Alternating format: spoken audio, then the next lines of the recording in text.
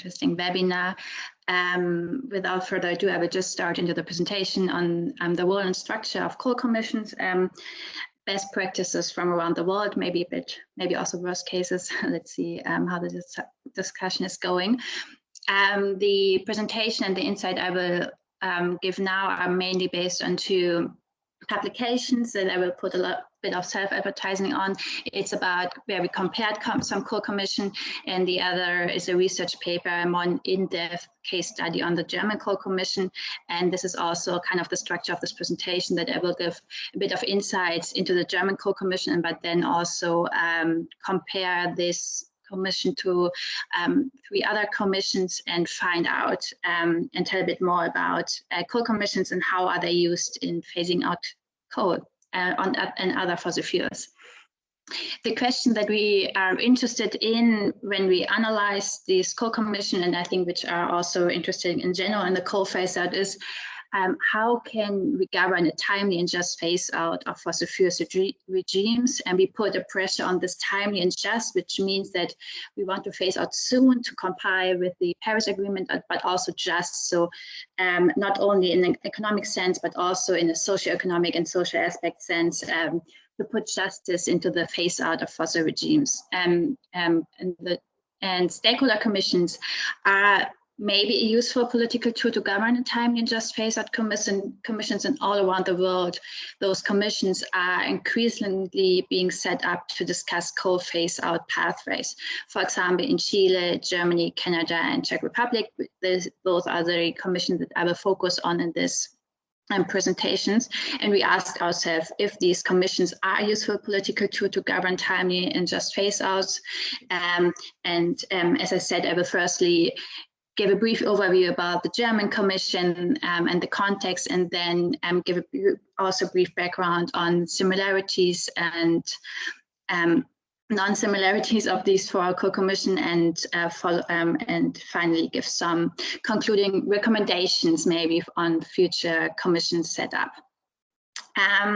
So as I said, I will start a bit with the German context, and as every phase-out process, it's highly context-specific. That's why I wanted to give some political context of Germany in 2018, which is prior to the coal commission, which started in August 2018 until January 2019. However, I would argue that most of these context-specific aspects can be also seen in other regions, obviously in other countries, other regions, other states, but obviously with like some varieties in between them. So on the on hand side, we have like powerful incumbent, more pro-coal actors like unions, some actors in coal regions and utilities, and on the other, which are like in favor of keeping coal more of a favor of a not phase out of coal. And on the other hand side, we have an economic situation which are turning against those old and inefficient power plants, and an increasing societal awareness and political pressure to achieve emission reduction targets and also low energy prices. This whole situation created an awareness that the continuation of the status quo, like continuation of coal like it is, was very unlikely, while there was also an overall insecurity of how to achieve a phase out, what is the overall future pathways of this coal phase out, of the phase out of coal, with largely divergent interest. So the government at that time decided to implement a stakeholder commission, which started, as I said, in 2018 in August. Sorry for it's a bit blurry, but just to give an overview of what the commission was and how it was, like the actors, what actors or participants participated in it, and also the final recommendation, which is linking to the second presentation by Lola. So we see on the right-hand side that there are a lot of different actors participated in the coal commission, which was very important. And we see actors from the coal region, from science, but also from the industry, from unions and the energy sector. And in the 6 months that they spent, they derived recommendations for the government then to implement. And you can see here like an overview of the recommendations. So it's quite a lot, but you can like split it up in 3 parts. We have like financial aspects, which is also an important topic here in this webinar, like an unprecedented big amount of money, 40 billion euros in transition measures, which go directly to the coal region to support the just transition or structural change, as it is more common in German. And they also decided on phase-out dates and on other programs of structural change. Which is important to note is that they decided, or the Commission decided, on a phase-out at 2038, maybe also 2035, depending on like evaluation schemes, which is not in line with the Paris Agreement, which was criticized by a lot of the participants already in the Coal Commission, but also after this. And we ask ourselves, how did this Commission achieve to breach the stalemate situation between the different actors, and how were the final recommendations formed?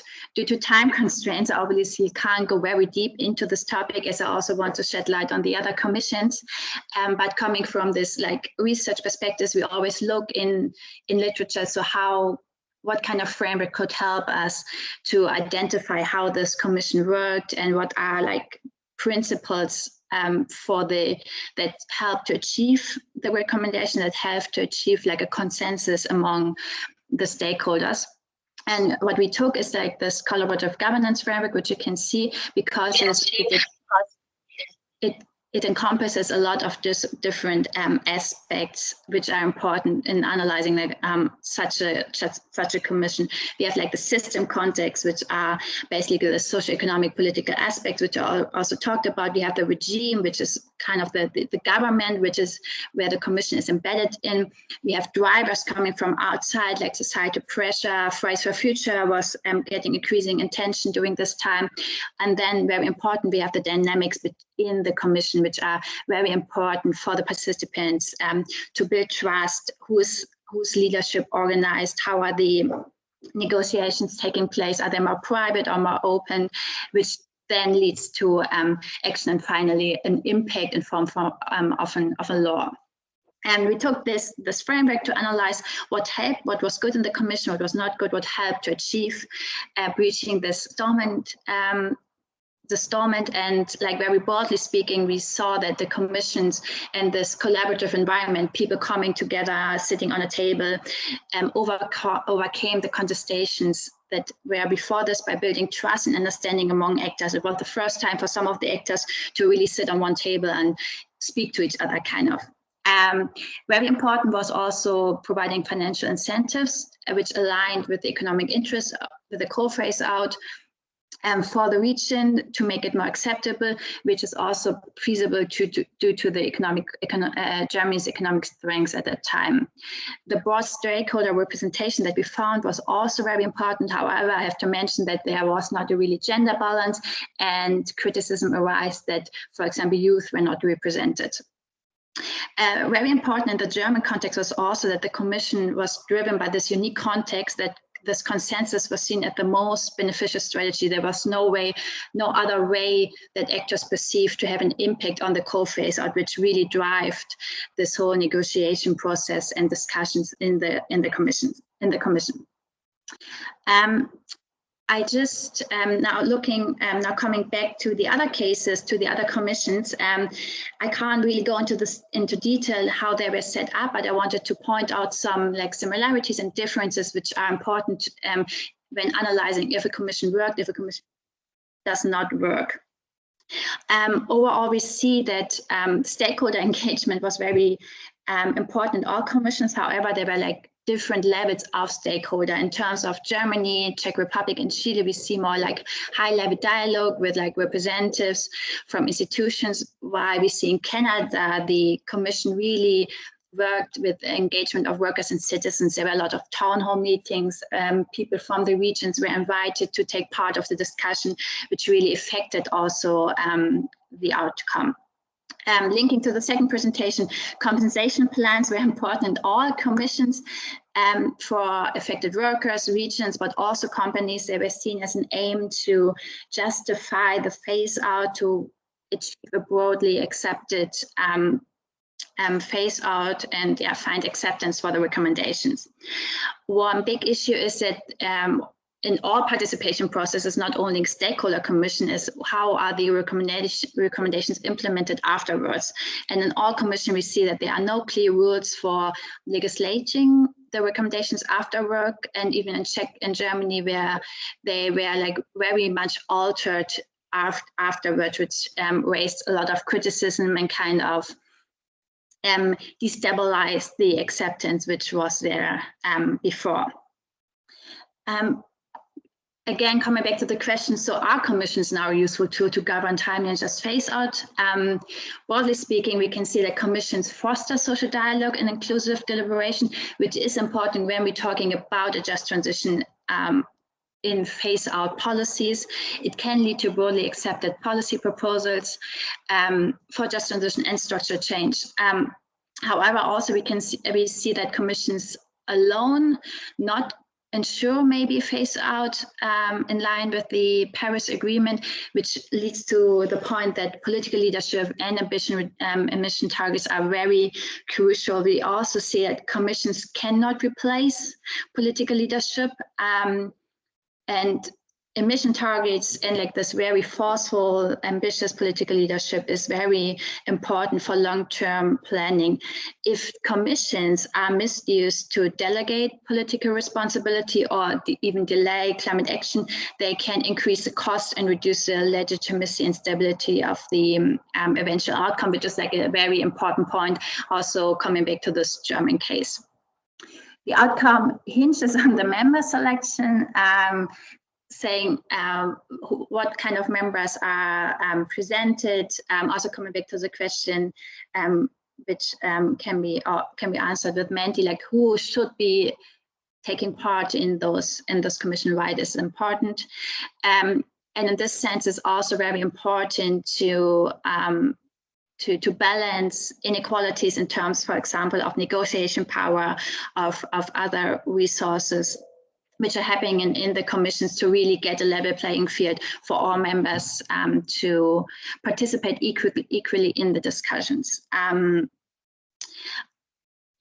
by saying this, we derived some like basic maybe but key recommendations for the organization of future phase-out processes. They seem maybe a bit basic in the beginning, but analyzing this commission, we found that not all of these aspects were really considered in designing those commissions, and we argue that these are very important for the commissions to achieve a timely phase out, but also to make them just to contribute to justice principles of phase out processes. A clear mandate is very important. As I said, for example, the German Commission is not in line with the Paris Agreement. It cannot, political leadership is very important in this case to really set a mandate which the Commission can follow, and also rules and timeline within how these recommendations are then implemented in legislation to avoid frustration, to avoid like a decrease in acceptance and in legitimacy. Putting emphasis on this, like members should represent all several stakeholders. We can, in the Canadian coal phase out, it was very much important for them to include also workers and other communities from the region. This was, which I think is a very important aspect when talking about just transition, also balancing out, or have a balanced gender representation, and also include younger and future generations, as these are very important stakeholders when we're talking about phase out processes, and especially just future. And in this context, as already mentioned, power imbalances and all participation processes are an important key, which are often kind of neglected because they are hard, and it takes hard to balance out, and it takes a lot of time. But we found that this is very important, and that participants raised a lot of criticism about that there was an imbalance in power and resources, etc. Yes, thank you. That's it from my side. Thank you for listening to this presentation. I hope you like it, and I give back to the room. Excellent. Thanks a lot, Alexandra. I think it was like very clear, and we can see that there are so many benefits that we can get from this stakeholder coal commissions. But we need to look at closer at who are the ones that are taking part of those commissions. And thank you for coming back to the Menti. And Tomasz, my colleague, sent again the link, and there is one specific question there for you to answer that, like which actors should be more or should be included in coal commissions. So then we can do what Alexandra is claiming, like balancing the inequalities of power negotiations of resources. And now we're going to go to the financial compensation policy side with Lola. As I said before, she's a PhD student at the Chalmers University, and her research examines the feasibility of low carbon energy transitions, focusing on coal phase out and carbon lock in. Lola also holds a Master in Social Science, Environmental Science, Policy and Management, and a bachelor's degree in European Studies from Maastricht University.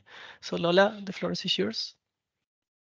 Thanks for the introduction, Franco. Okay, let me also try to share my screen. And do you see my presentation? Yes, we can see. Perfect. Okay, that's great. Yeah, so as Franco said, I'm a PhD candidate at Chalmers University in Sweden, and today I will present a study I have done with many colleagues that you can see here on this slide on lessons that we can draw from compensation policies for accelerating ambitious and just coal phase outs. And I will explain a bit more what I mean by compensation policies in a moment. First, I just wanted to show this picture of country coal phase out plans across Europe. I mean, as you all know, many countries have plans for phasing out coal, some further in the future, some a bit earlier. But as we just heard in the previous presentation, plans for phasing out coal are not just political mandates from top down, but there are actually many stakeholders affected by this and needing to be included in this. For example, coal workers, coal regions, but also companies that own coal mines and coal power plants. And now, how are politicians dealing with including these stakeholders and addressing these stakeholders' concerns? We've just heard a presentation about the approach of using stakeholder commissions. And another approach is also financial compensation. So Franz Timmermans, who is an EU politician, has said that we need credible just transition policies, and notably, we need to mobilize funding to convince stakeholders to be a part of these transitions that we want to see, including coal phase out. And so we have seen in many different countries approaches to financially compensate affected stakeholders. For example, in the German case, money has been paid to coal regions, as we've also already heard, and also to coal companies. In the Spanish case, for example, miners' unions have won a just transition deal with their government. As many of you probably know, the EU's Just Transition Fund pays money to carbon-intensive regions across Europe, including coal regions that are affected by coal phase-out. And then also on a global scale, we have requests from countries in the global south, like, for example, from Indonesia, that has requested financial help to phase out coal. And this has been granted under the Just Energy Transition Partnerships, which you might have heard of, which is an international global scheme where countries from the global north pay money to coal countries in the global south to help them with their coal phase out. And now we have done a study where we have looked at all countries that have coal phase out plans, like I've showed you in the first picture. And we have looked at which of these countries also pay some financial compensation to affected stakeholders, either domestically, so from their own governments, or from international sources, like from the EU or the Just Energy Transition Partnerships. We have looked at how much is paid in each of these countries and who benefits from compensation. So what is it being paid for? And then we also want to know, of course, do they phase out coal faster? Is coal phase out more ambitious in countries that pay this financial compensation? And I will go through these questions with you today. And I first want to start with the last question. So do countries that pay some form of compensation also have more ambitious coal phase outs? And the first step to answer this question is to look at how many countries have coal phase-out plans and how many of these pay some form of compensation. And here you can see that we have overall found roughly 40 countries that have coal phase-out plans in the whole world. And then a bit more than half of these also have some form of financial compensation schemes. And the first difference between these two types of countries is that countries that have some form of compensation also tend to have coal mining. Now, on this figure, we have mapped all countries that we have found with coal phase-out plans. The countries in red are countries that pay no financial compensation, and the countries in blue are those that have some financial compensation. And on the x-axis, you have how much coal capacity these countries have, and on the y-axis, we have their avoided emissions. And I'll just very briefly explain this concept of avoided emissions, because this is essentially how we assess how ambitious their coal phase-out policy is. Namely, we compare how much CO2 would coal power plants in these countries emit if they would just operate until the end of their lifetime, so until they simply get too old, compared to how much will they emit if they only operate until the end of the coal phase-out date that has been set by the government. And then the difference is the avoided emissions. So the higher the avoided emissions, the more ambitious is the coal phase-out compared to business as usual without the policy. And we can see that the higher the avoided emissions and the larger the coal capacity, the more likely the more countries have compensation schemes. And we can also see that the 5 countries with the most ambitious coal phase out, so highest avoided emissions, and the largest fleets also have the largest amount of compensation, which is indicated by the size of the dots. And then in the table, I have put this also in numbers just to show you that overall, the countries that have compensation phase out much more coal capacity and have much higher avoided emissions than the countries that have no compensation. And this brings us to the second question. Now, how much does it cost to phase out coal? And here on this graph, we have mapped the cost for coal phase-out compensation for the different countries we have found. You can see that most countries, up until Spain, pay up to like $1 billion for coal phase-out. And then we have these 5 countries that I've also shown you in the previous figure, South Korea, Poland, Vietnam, Indonesia, and Germany, that pay much more than this, up to like 60-some billion dollars in Germany. And the dark blue is domestic, so money that's paid by national governments, and the light blue is international, so this includes EU funding and just energy transition partnership funding. Now, I've told you previously that the countries that pay the most also have the highest avoided emissions. So how much do they pay per ton of avoided emissions? And on this figure, you can see how much money each country pays per ton of avoided CO2 emissions. And you see that the spread has decreased somewhat. Most countries pay roughly between $10 to $100 per avoided ton CO2 emissions. We have some countries that pay less than that, and those typically do not have any coal mining, or they have very small coal power plant fleets. And then we have one outlier to the right, Hungary, where you can see this doesn't even fit on the graph, the bar for Hungary. And the reason for this is that Hungary only phases out one very small and very old coal power plant, so their avoided emissions are very low. And if we go back to the previous slide, you will see that Hungary is more towards the left of the graph and has very low overall compensation. But then if we normalize this to ton of avoided emissions, it just looks very big. And another interesting finding I wanted to point out here is that when we look at coal phase-out compensation per ton avoided CO2 emissions, this is comparable to the price for emitting 1 ton of carbon under the EU emissions trading scheme over like the last 5 years, where prices have also varied roughly between $10 to $100 per ton CO2. And this is an interesting finding to point out because it seems that societies kind of have a choice here. So societies can choose to pay the price for emitting 1 ton of carbon, or they can choose to pay to avoid emitting that ton of carbon. And the prices for these are roughly comparable. Now, I want to come to the last question, namely, who benefits from coal phase-out compensation? So what is money paid for? What purposes is it paid for?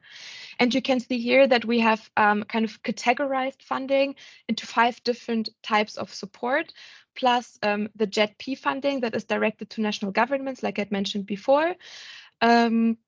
And then money is also paid for unemployment benefits and retraining, so money for workers. Money is paid to help countries build up new renewables capacity and low carbon infrastructure to replace coal. Money is also paid to coal and mining companies to help them with power plant and mine closure. And then we have 2 different types of funding for regional development. One time which is paid to small and medium enterprises in the regions to kind of help the economic development in the regions, and the other type that is paid to regional authorities like regional governments or municipalities to use for their regions. And here we have also quantified this, so you can see that the JET-P funding is the highest bar. I should note here that in the JET-P agreements, also all of these other types of support that I have just mentioned are listed. So they also talk about new renewables capacity, support for workers, support for regions, but they don't say how much is paid to each of these types of support. So we just categorized it as one bar to national governments. And then the second highest bar here is funding for regional development to regional authorities like regional governments and municipalities. And here we have included all of the EU Just Transition funding that we have quantified as being paid for coal phase out. And of course, EU Just Transition funding goes to coal regions within the EU or to high carbon regions within the EU, but then it's also used for many other different purposes. And I just wanted to provide a very brief insight into what types of measures are supported by the EU Just Transition Fund. And so I have drawn this figure from the EU Cohesion Open Data Platform. And on the left, we can see the countries that receive EU Just Transition funding. And on the right side, we can see lots and lots of different purposes that it's used for. So there are like 182 different purposes that funding is used for. One thing I wanted to point out here is that if you look at the 2 countries that receive the most, it's Poland and Germany. And these are, of course, also very large countries, but again, these are countries also that have a lot of coal. So that's quite interesting that we see them show up here. And then below that, we have Romania, Czechia, Greece, all of which also phase out coal, right? So that was quite interesting. And then I just wanted to just show some examples of what EU Just Transition funding is used in different countries. And I've just drawn the example of Romania. And here we see that the largest amount is used to support small and medium enterprise businesses in carbon intensive regions. The second highest amount goes to renewable energy, specifically to solar. Then we have, again, support for startups, so also again, small companies. And then we have adaptation support for workers, firms, and entrepreneurs. And then just as another example, Greece, which also has, of course, a coal phase-out commitment. So here on the top, we see that the 2 largest flows are support for large enterprises, and then the second largest is access to employment for laid-off workers. And then we have, again, the small, medium enterprise business support as the 3rd largest flow. All right, so I just want to very briefly summarize what kind of lessons can we now draw from compensation policies for coal phase out. So I think that the first kind of major finding or lessons is that countries with financial compensation tend to have more ambitious coal phase out. So it seems that this can help us to phase out coal. The second is that the cost of coal phase out per ton of avoided emissions is roughly comparable to the cost of emitting 1 ton of carbon under the EU emissions trading scheme. And the third is that most compensation is received either by carbon-intensive countries, coal-intensive countries in the global south, or by kind of coal regions. And then, of course, there are other questions, further questions that we can look at. And one big one, I think, is whether this funding will actually be effective. So how accessible is it actually in the regions once it has been promised? How is it used? And how do the regions and countries that receive it will fare in the long term? Will it actually help their development? So this is something we have to look at as compensation schemes are implemented throughout time. And then another question, which I think is interesting, is kind of to look at whether there will be more compensation to other major coal consumers in the global south, and how much will this cost, since we have seen that countries with more coal and younger coal power plants also tend to have higher compensation costs. So thank you very much. And I will try to end sharing. I think this should work. Thank you very much, Alexandra and Lola, for these excellent presentations. I think we've already heard quite a lot of insights as it is. With this, I would now also open a panel discussion. We have with us today also Dr. Rumiana Grozeva, who's an executive director at the Regional Economic Development Agency of Stara Zagora in Bulgaria. Rumiana is also a member of the board of directors of the industrial zone in Zagora, and she's also a coordinating manager of the European Innovation Hub Zagora. She also works as a professor at the universities of Sofia and Trase. So welcome, Rumiana, to the panel discussion, and I'm sure that we are going to also hear some very interesting reflections from your side. And maybe to begin this panel discussion, I already had a first question that kind of came to my mind. We saw from the presentations a lot of information also relating to Bulgaria in particular. For example, Bulgaria is one of the countries with the very late deadline for the coal phase out to 2040. And my question would be, what is the situation in Bulgaria? Are there coal commission and support policies in place for the transition, or is it still delayed? And perhaps also from your side, how is this being pushed forward? Thank you and welcome. Thank you very much for having me in this meeting today. It was very useful and impressive to see both presentations. Thanks, Alexandra and Lola, for what you presented to all of us. It was really very useful. It will be also for the agency, for the region, and for Bulgaria as whole. So talking about Bulgaria and this long-term period, the longest one in Europe, about the coal phase out, actually it was very hard negotiated with all stakeholders, let's say, mainly trade unions.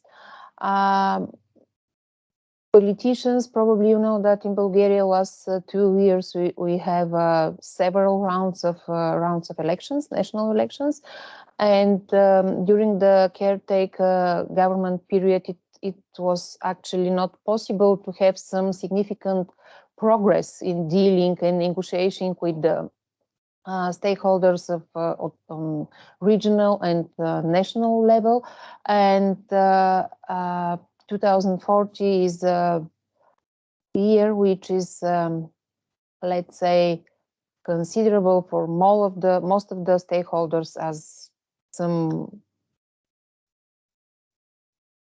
end of coal using as ensuring time period enough the regional economies to be transformed, the new job places to be open, etc., etc. But what I shall to say during this meeting is that actually the whole process of negotiation between the trade unions, politicians at the local, regional, national level actually was really hard and long. The agency was involved since 2017, and without to have such kind of co-commissions at the regional or local levels, actually what the agency has been doing for this 6 years period here in the region was actually a kind of co-commission, because we're collaborating with all stakeholders at regional level, and not only regularly on 6-month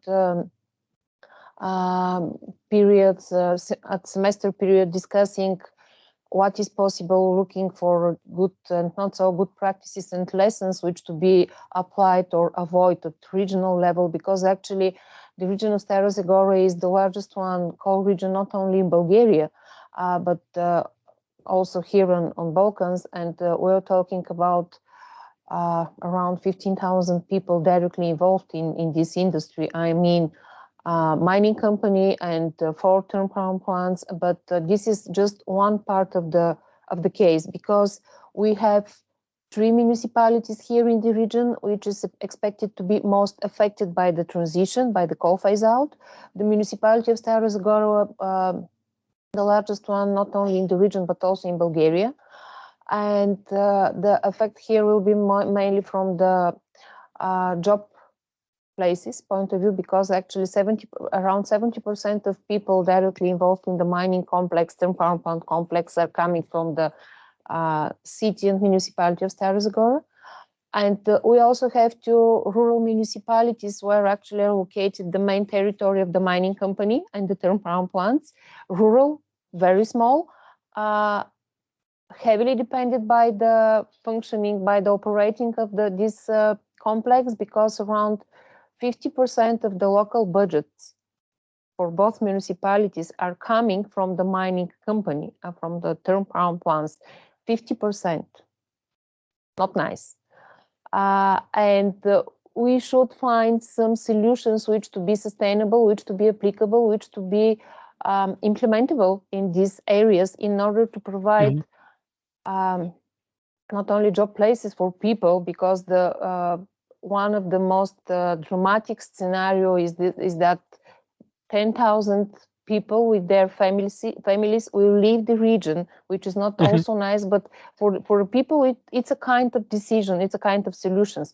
But what about the local authorities? So the Bulgaria has decided not to have coal commission at national level, but to be called board for European Green Deal, and this to cover 3 main sectors: mining and thermal power plants, one sector, transport, the second one, and the agriculture is the third one, and to have some kind of collaboration, preparing scenarios how to decrease the CO2 emissions, how to support the economy, regional economies, etc.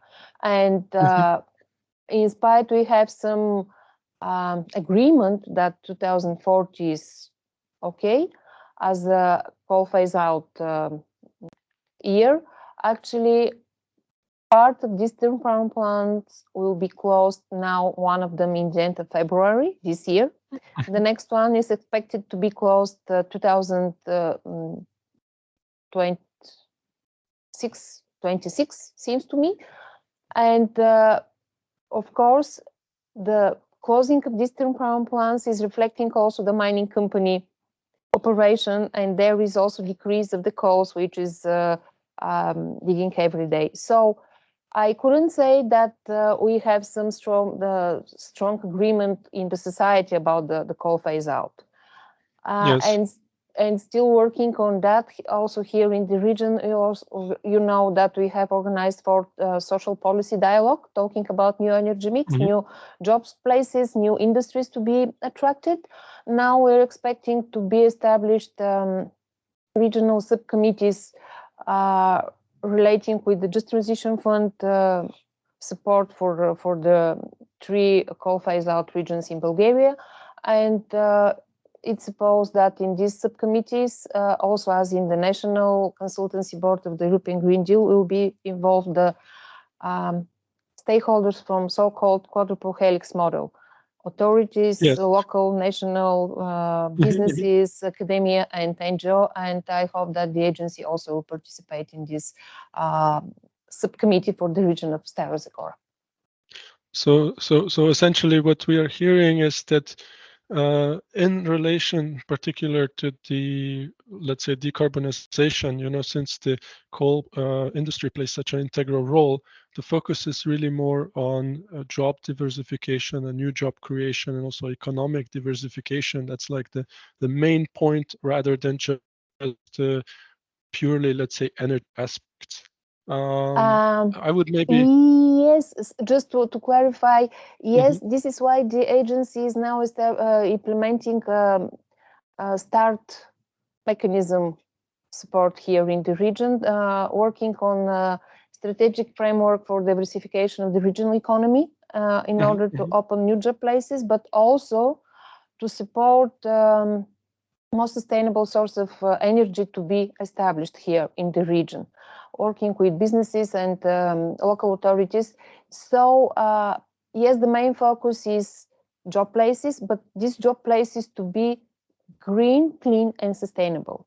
Actually, talking about the job places, we're also talking about the sustainable source of energies, net zero industries or industrial symbiosis to be attracted here. You know that Stara Zagora is the host region of one of the small-scale pilot hydrogen valleys in Europe. Yes.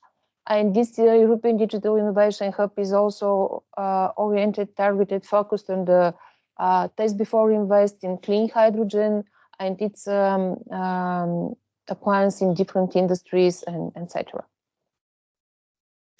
I would maybe like to reflect this also with Alexandra and Lola. Alexandra, for example, has presented other case studies also coming from Czech Republic, which might have a similar context to Bulgaria. Was the situation there similar, Alexandra, like that it's also like a big difficulty is this part of reliance on the coal industry? And maybe also coming from Lola, from your research, like, do you see similar patterns elsewhere? And maybe also, are there some case studies of how this was like efficiently addressed elsewhere? Yeah, maybe Alexandra, you can go first. Yeah, thank you. Yeah, thank you. And thank you for the very interesting insights into the Bulgarian case. I have to admit that I'm not fully familiar with the Czech context, but like in every coal phase of process, it's always a high reliance on coal, on regions' revenues, royalties, on the workers. So I would say that this is the context in every case, and that's why also talking about just transition, structural change, regional change, and this aspect of procedural justice, recognition justice, bringing people together to the table and discussing aspects is such of a high importance. And in this case, I think it's also why commissions are coming up more and more.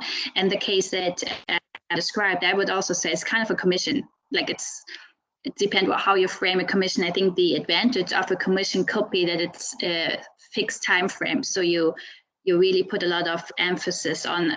Most of these commissions that we looked at, it was like around 6 months. So you put a lot of emphasis on this 6 months. People take the time, which can help not to drag out those long discussions, which are like really high time intensive for every person.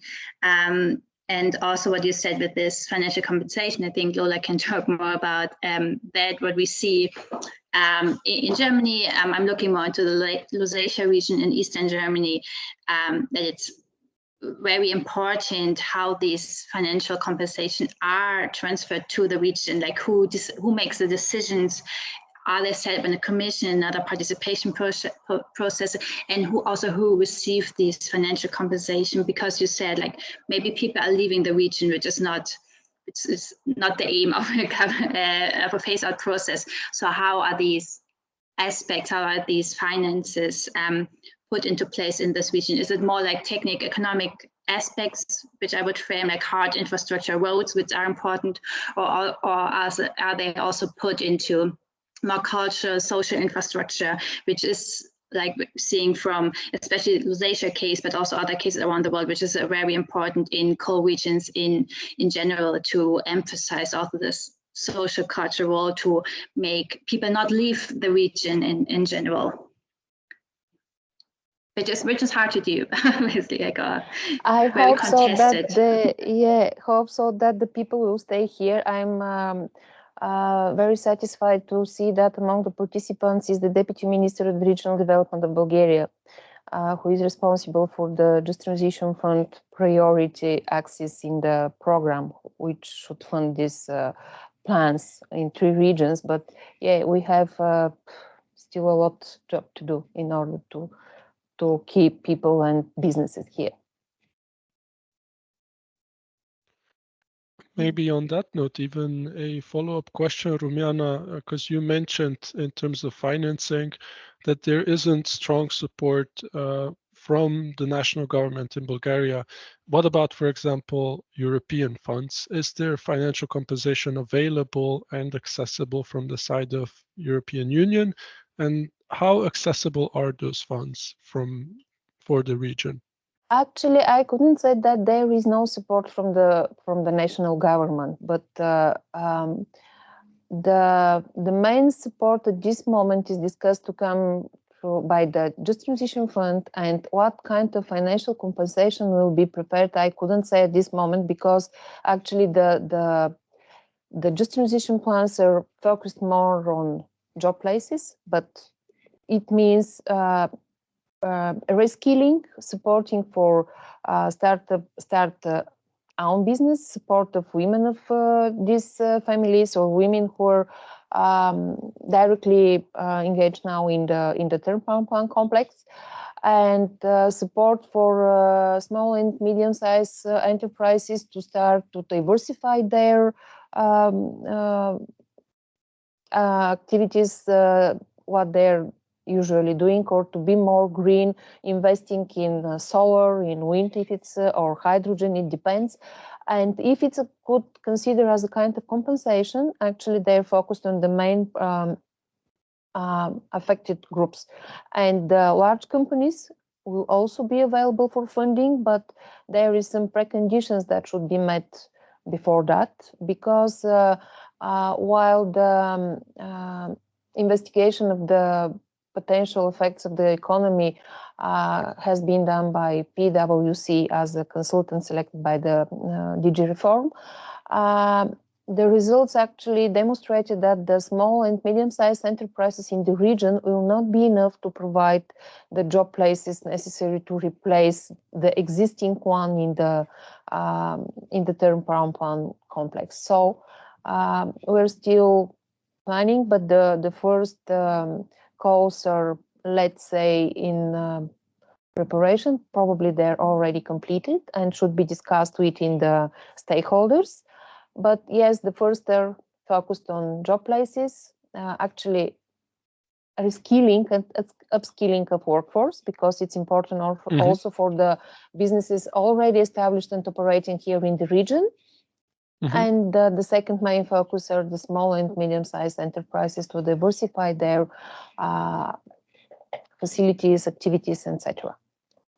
Which I assume would then also be a good match, as this was also what you indicated are the key points that make the transition difficult, the reliance of the job market on the coal industry. So it's actually a good fit in that sense of the JTF with the needs of the region. Lola, I also saw you that you wanted to come in with some reflections, so I would also give the floor then to you now. Thank you. Thanks so much. No, but thanks Rumiana for your super interesting reflections from the ground. I mean, I think I was just kind of going to reflect. I think Alexandra and Rumiana already said a lot, but that I think it's really important. I mean, in my presentation, you could also see that the focus is more on the country level, which is oftentimes the case in kind of lower level discussions, but actually looking at more of these disaggregate effects on the regions themselves. Because even if within one country you don't have a huge coal industry on a national level, if you look at the region, it can be really massive effect in terms of the job market and also in terms of how much this coal industry provides to the regional GDP in that case, and then how much really falls away. And we see this of course in many European countries, but also I've observed some kind of discussions on a just transition in India, for example, where some regions really would have like half of their regional GDP just go away if coal goes away, and then what do you replace this with? So I really believe that having these regional insights is super important, and kind of disaggregating the effects, because then phasing out coal by, I don't know, 2025 or 2030 doesn't mean the same on national level as it means on regional level. So yes, just this from my perspective, and also always really interesting to hear kind of regional experiences of actually implementing, for example, EU Just Transition funding, because you can look at policy documents and say, well, this is the flow that goes in, but then in reality, it oftentimes looks quite different. So thanks also for that insight. Thank you, Lola, for those reflections. With this, I would also note that we had Menti at the same time. We asked the participants of this event to share with us some thoughts, and we would like to share what has been coming up with you. So the first question that was on the Menti was which actors should be included or more included in the coal commissions? And these are the responses we're receiving from the audience. We actually see quite a bit, like we have civil society, we have municipalities, NGOs. As someone has stated, it has to be specified for each specific region, which I think is a good point. So tailored engagement. Also communities, youth associations, academia, students and the youth, environmental organizations. So the responses are actually quite diverse. I think we can summarize this in kind of 2 key points. We need to include a wide variety of different stakeholders, and we also need to make sure that the networks are specific to each region where the coal commission functions. So these are kind of the feedbacks that we got from the audience. Then our second question was, what are the people's impressions on the phase-out financial compensation policies?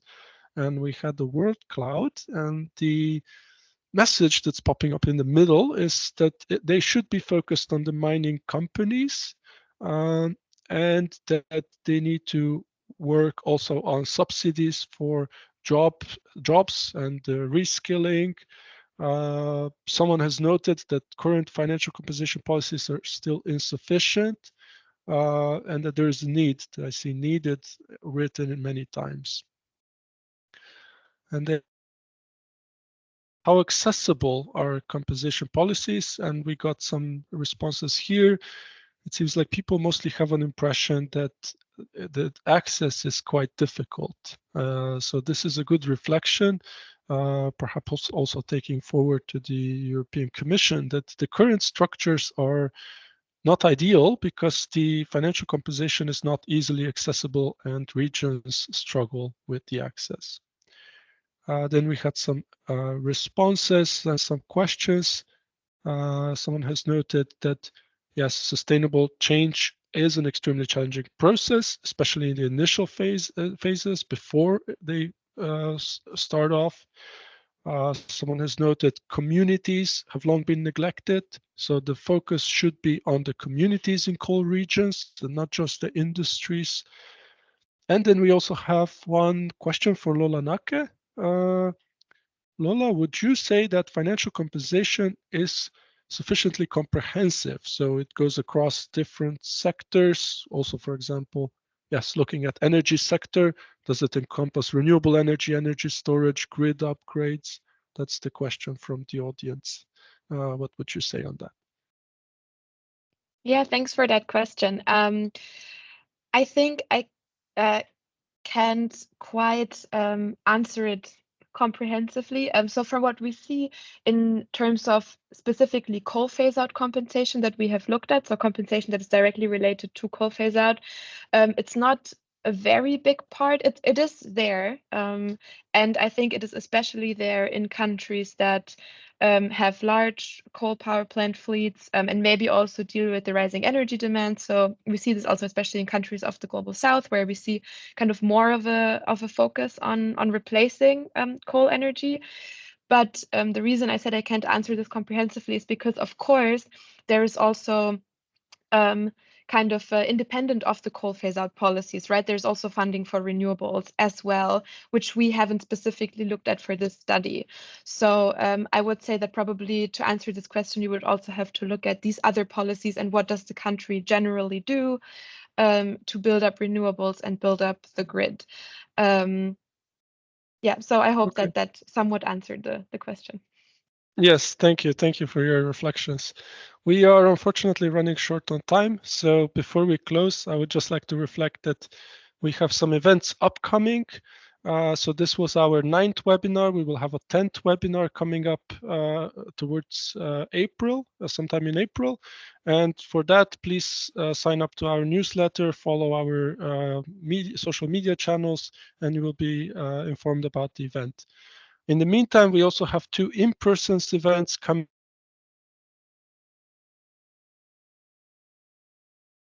Academy event taking place on the 5th March. And this will be followed by also the final stakeholder event, also taking place in Brussels on the next day, 6th March. You can find all the information about the events on our CINTRAN website.